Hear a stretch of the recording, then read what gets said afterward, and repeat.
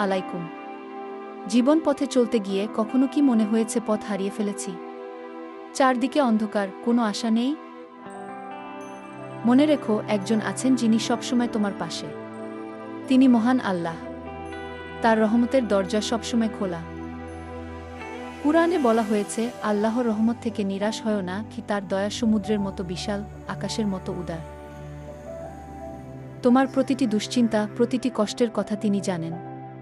তিনি ধৈর্যশীলদের ভালোবাসেন। জীবনে ঝড় আসবে, বিপদ আসবে, কিন্তু বিশ্বাস রাখো, এই কষ্টের পরেই শান্তি আসবে। আল্লাহর উপর ভরসা রাখো, তিনি তোমার সহায় হবেন। কখনো আশা ছেড়ো না। নামাজ পড়ো, দোয়া করো, আল্লাহর কাছে সাহায্য চাও, তিনি অবশ্যই শুনবেন।